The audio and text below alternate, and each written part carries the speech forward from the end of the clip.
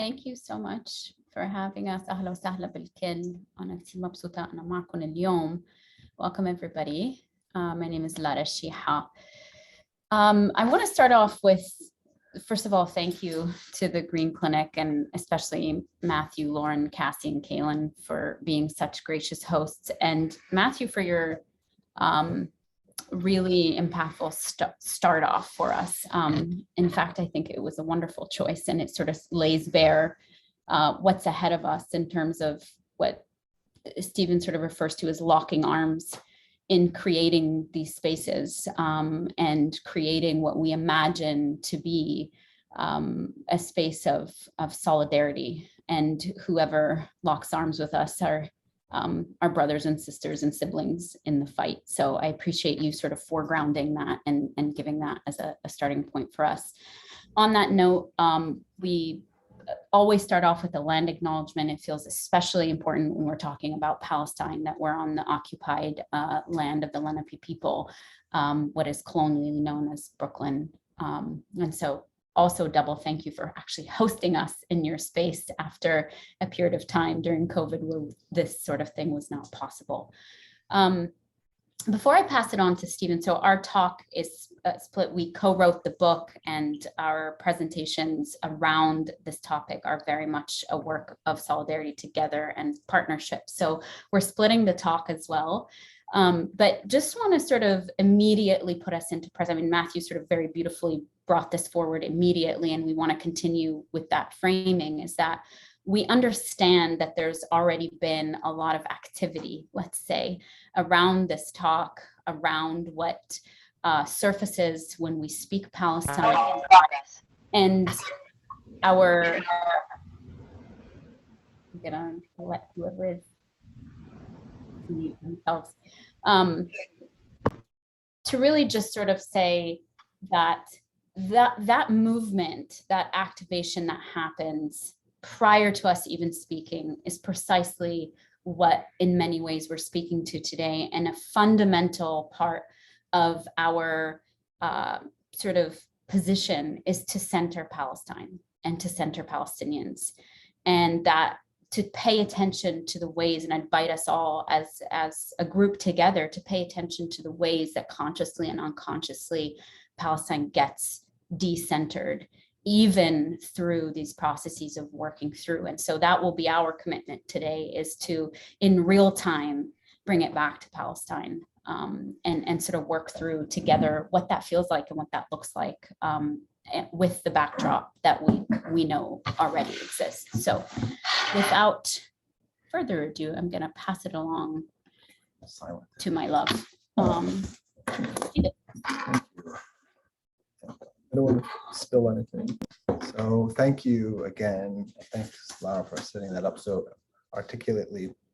I also just want to extend my gratitude to the Greene Clinic and Matthew and Lauren and Casey and Colleen for your generosity and your hospitality and your patience with us, and making such a warm reception for us here in your gorgeous space. And we're just moved by the work that you do, so thank you very much. I also just want to recognize that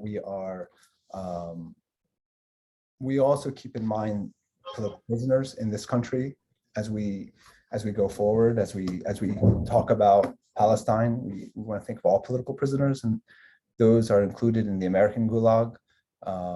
So free them all. Where's my thing? Thank you. And some of you may have heard part of this before elsewhere, and I hope you find, for those of you who have, I feel that every time I revisit it, the affective and political power is still there. So I hope you share that as well.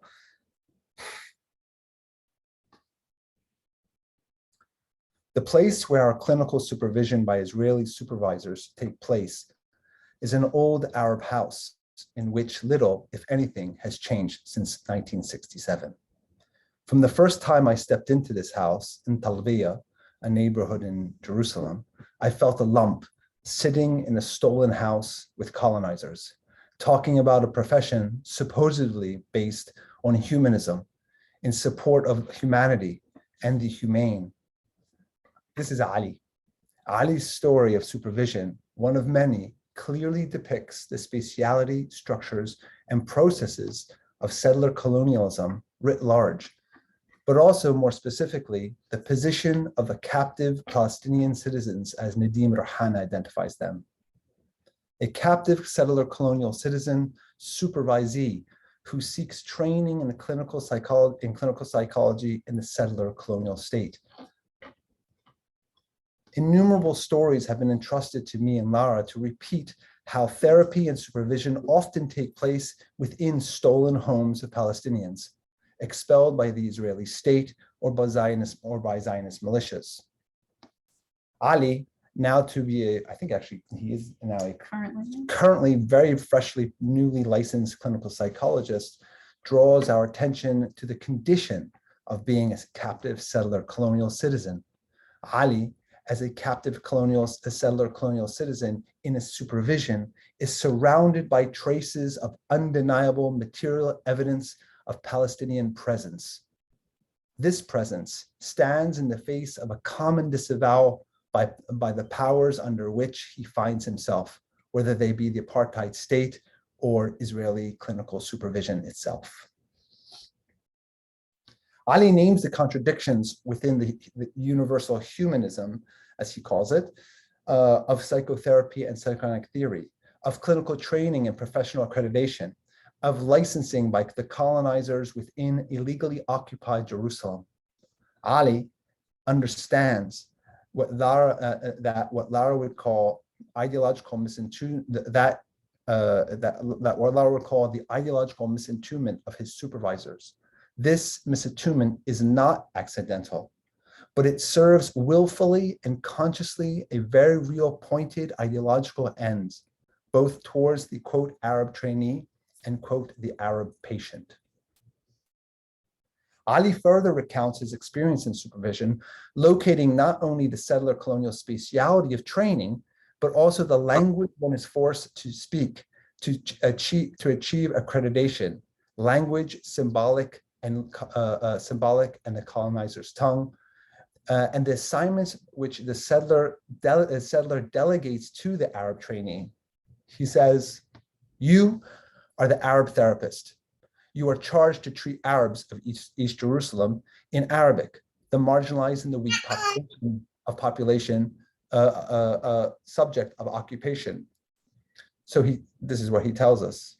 So he says, you are sent to treat them with text written in Hebrew. You present the case of your patient in Hebrew to your Israeli supervisor. She lives in a colony on the land of your grandfather. She finds it hard to understand you, although she assures you that she cares about the Arabs. She can't see any need for therapeutic intervention because the patient is clearly low functioning, or in her words, quote, "The patient is a simpleton."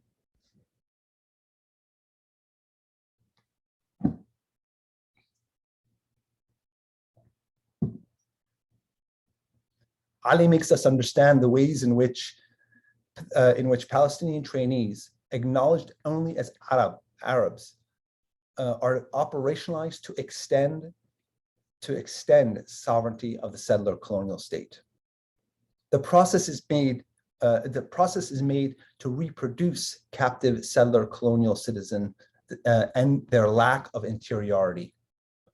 Ali was fully aware and disturbed that he was required to reproduce settler colonial legitimacy and the relations that naturalize it.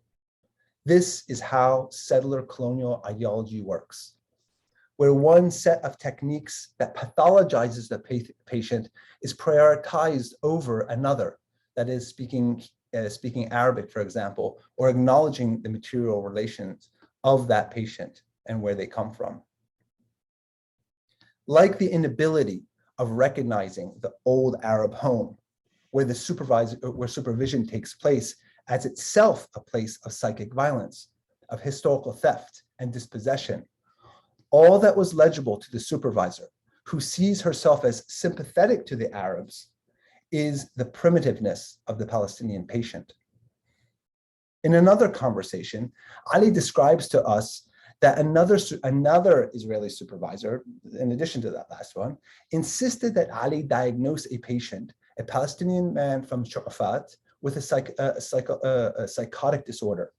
This is despite no supporting clinical material over a significantly lengthy treatment period.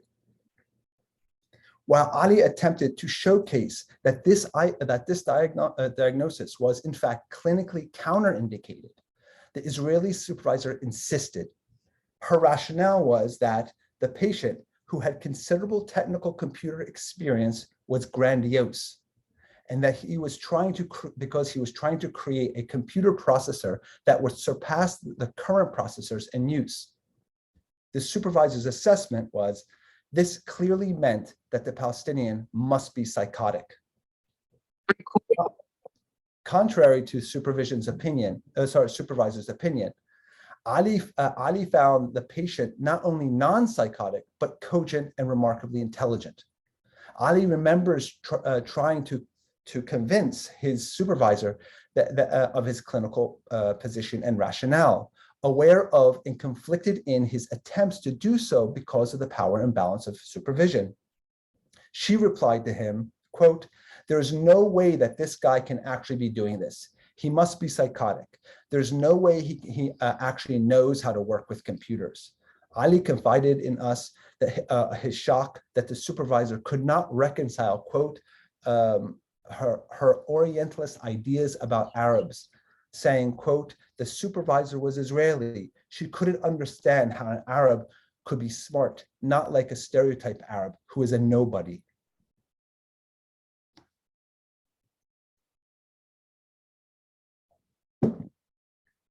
Ali understands how the Israeli supervisor's ideological misattunement reproduces captive settler colonial subjects as ineffable, as lacking, in order to evince the superiority and fullness of the Israeli settler colonial subjectivity and state. Ali identifies this shortcoming not as a personal trait of his supervisor alone, but as an inbuilt feature of the social relations between colonizer and the colonized, between the colonized and the settler colonial citizen, between the Israeli's clinical supervisor and the Palestinian trainee. She says, to get your license, you have to do an oral exam in Hebrew in front of a board of all Jewish Israeli doctors. How do you think they look at an Arab candidate?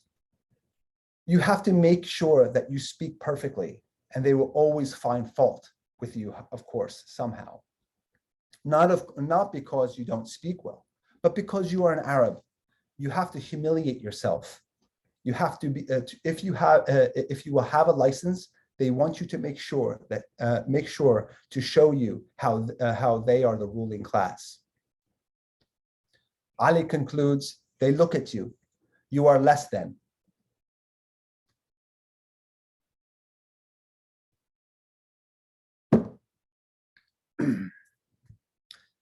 You are less than. You know less. Your culture is less. And yet they teach us.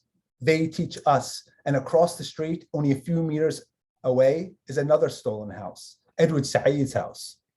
And they have no clue. They see us as if we come from nowhere. They want to give us the honor to be trained by them so that they can help treat our people, unquote.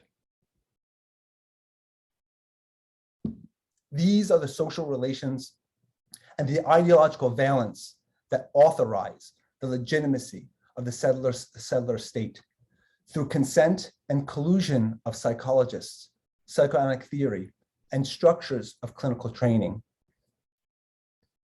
The multiplicities that structure the social and professional relations between colonized Palestinian trainee and the Israeli settler supervisor, not to mention the Palestinian patient, are marked by essential ideological disavowals. Ali realizes that the Palestinian trainee is required to accept and reproduce these disavowals. The Palestinian trainee is expected to be a good Arab, an appreciative Arab, a Hebrew-speaking Arab, not a bad Palestinian, primitive, Arabic-speaking, and ungrateful, as Fanon would note. As a Palestinian captive settler colonial citizen from a village immediately outside of Jerusalem, Ali experiences the disciplinary demands of his professional training and the relationship between supervisor and trainee differently from settler colonial trainees. The humiliation is imposed upon him. Imposed upon him should not be lost in the pupil's archetypal subordination to the teacher. Rather, the humiliation and self-negation form a psychological structure of subordination itself. The trainee-supervisor relationship is governed by the settler colonial citizen, an ideological system of imposed sovereignty over psychology, and by extension, psychoanalysis as a clinical practice. This sovereignty cannot be separated from the ideology and apparatus of the same settler colonial regime that rules over occupied Jerusalem, where Ali works, as well as all parts of Palestine, occupied Palestine. When Ali seeks to practice therapy in service of the Palestinian mental health, his psychoanalytic supervisor falls back on CBT, despite otherwise deriding that behavioral treatment. This is how ideology works. Ali is told quite specifically that his patients, quote, lack the capacity for long-term therapy. In many ways, he is made to feel himself in a parallel process that he too lacks the capacity. Alienation is built into the training site, into the training process, training material, and supervision.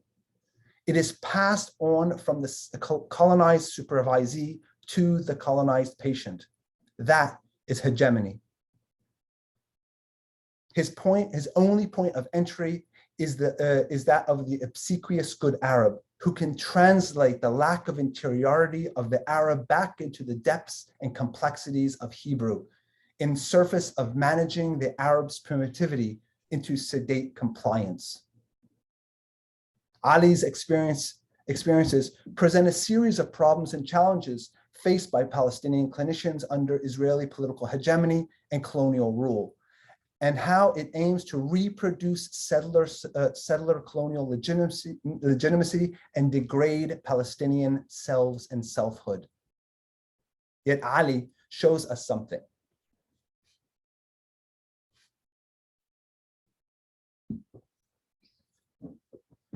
He shows us the true value of an intact ego, positive attachments, affirming social relations under violence, and how this translates into not only to maintain social bonds, but also nurturing therapeutic spaces.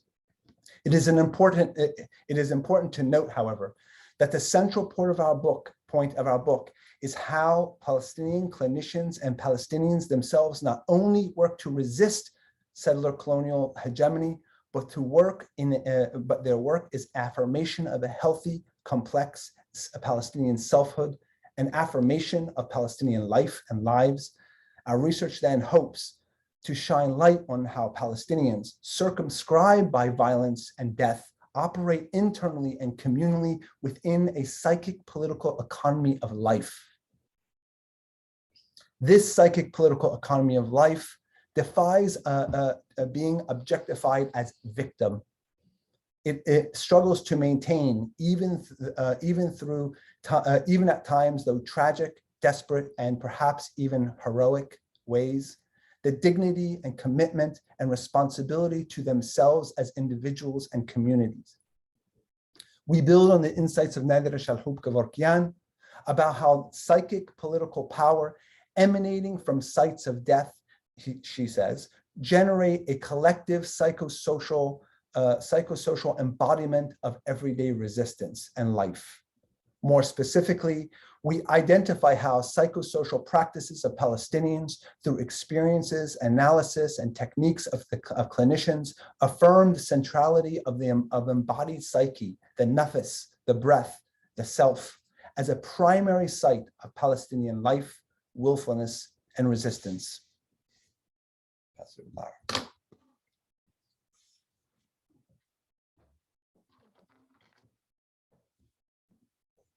Hi again, everybody.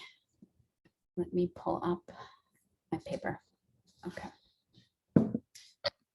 So my title is Palestinian Resistance as Livability Against Psychoanalytic Innocence. So I'm picking up where Stephen left off.